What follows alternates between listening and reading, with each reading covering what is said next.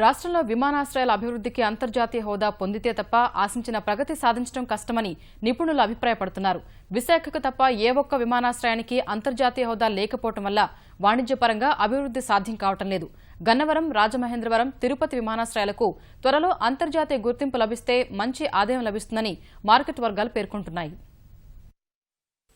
ఉమ్మడి రాష్ట్రంలో అంతర్జాతీయ విమానాశ్రయంగా హైదరాబాద్ గుర్తింపు పొందింది. విదేశాలకు నేరుగా రాకపోకలు సాగించేందుకు అనువైన రీతిలో విమానాలు అందుబాటులో ఉండేవి. విభజనకు ముందు విశాఖ మినహా ఇతర విమానాశ్రయాలకు ప్రభుత్వ ప్రోత్సాహకాలు అందలేదు. సుదీర్ఘ నిరీక్షణ, అనేక విజ్ఞాపనల అనంతరం విశాఖ నుంచి అంతర్జాతీయ విమానాలు రాకపోకలు సాగిస్తున్నాయి. విజయవాడకు 20 కిలోమీటర్ల దూరంలో ఉన్న గన్నవరం సైతం నిరాదరణకు లోనైంది.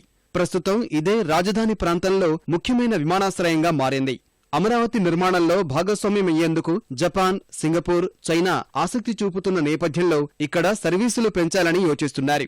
రాత్రిపూట సర్వీసులు తిరగడం సహా అంతర్జాతీయ గుర్తింపు రావాలని ఛాంబర్ ఆఫ్ కామర్స్ ప్రతినిధులు కేంద్ర రాష్ట్ర ప్రభుత్వాల దృష్టికి తీసుకువెళ్లారు. ఏషియన్ గానీ, యూరోపియన్ కంట్రీస్ గానీ అన్ని కంట్రీస్ కూడా చాలా మంది డెలిగేట్స్ ఇక్కడికి వస్తున్నా కూడా ఏమవుతుందంటే ఈ ఇంటర్నేషనల్ కనెక్టివిటీ లేకపోతుందో చాలా ఇబ్బంది. టైం అనేది చాలా ఇంపార్టెంట్ ఫ్యాక్టర్ ఇవ్వాలి. ఇంకా మనం చేయాల్సింది ఏంటంటే ఇమీడియట్ గా రాజమండ్రి ఎయిర్పోర్ట్ కూడా ఇంటర్నేషనల్ డిస్టెన్స్ ఇమీడియట్ గా ఒక ఇమిగ్రేషన్, కస్టమ్స్ క్లియరెన్స్ ఎయిర్పోర్ట్ చేసి దాన్ని ఏషియన్ కంట్రీస్ కు, యూరోపియన్ కంట్రీస్ హబ్ కనీసం వీక్లీ ట్వైస్ కానీ థ్రైస్ కానీ కనెక్టివిటీ ఇస్తే ఏమవుతుందంటే మనం అనుకున్న ఇండస్ట్రియల్ గ్రోత్ కానీ, ఎంప్లాయ్మెంట్ జనరేషన్ కానీ అన్ని రకాలుగా కూడా ఆ గ్రోత్ కొంచెం ఫాస్ట్ గా జరగడానికి అవకాశం ఉంటుంది.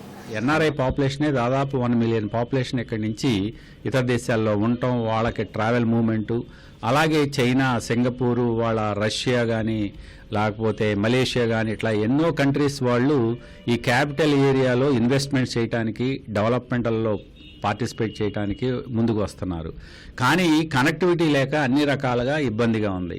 ఈవేళ ఇండస్ట్రియల్గా కూడా ఫుడ్ పార్క్స్ వచ్చినా, ఇంకోటి వచ్చినా, కార్గో ఫెసిలిటీస్ లాంటి త్వరితగతంగా వెళ్ళడానికి వీలుగా ఈ ఎయిర్పోర్ట్ యొక్క ఫెసిలిటీస్ ఈ సంవత్సరంలో కంప్లీట్ చేయాలి. మాక్సిమం పొటెన్షియల్ మొబిలైజేషన్ తీసుకుంటే మనకు టూరిజం వైపు అడుగులు వేయాల్సిన అవసరం ఉంది, కార్గో వైపు అడుగులు వేయాల్సిన అవసరం ఉంది.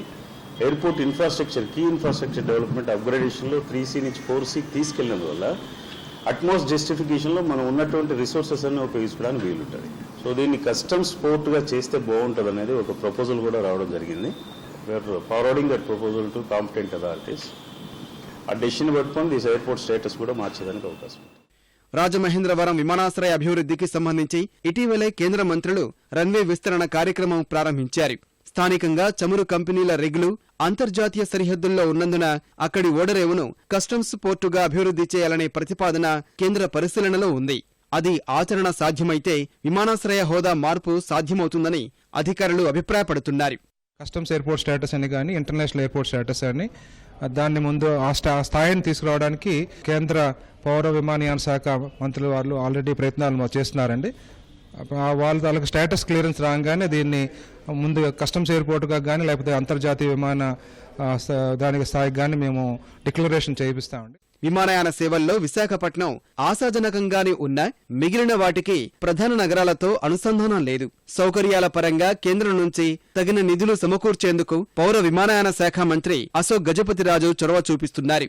ఇదే సమయంలో అంతర్జాతీయ విమానాల రాకపోకలకు అనువుగా గుర్తింపు తీసుకురావాలని గగన ప్రయాణికులు కోరుతున్నారు.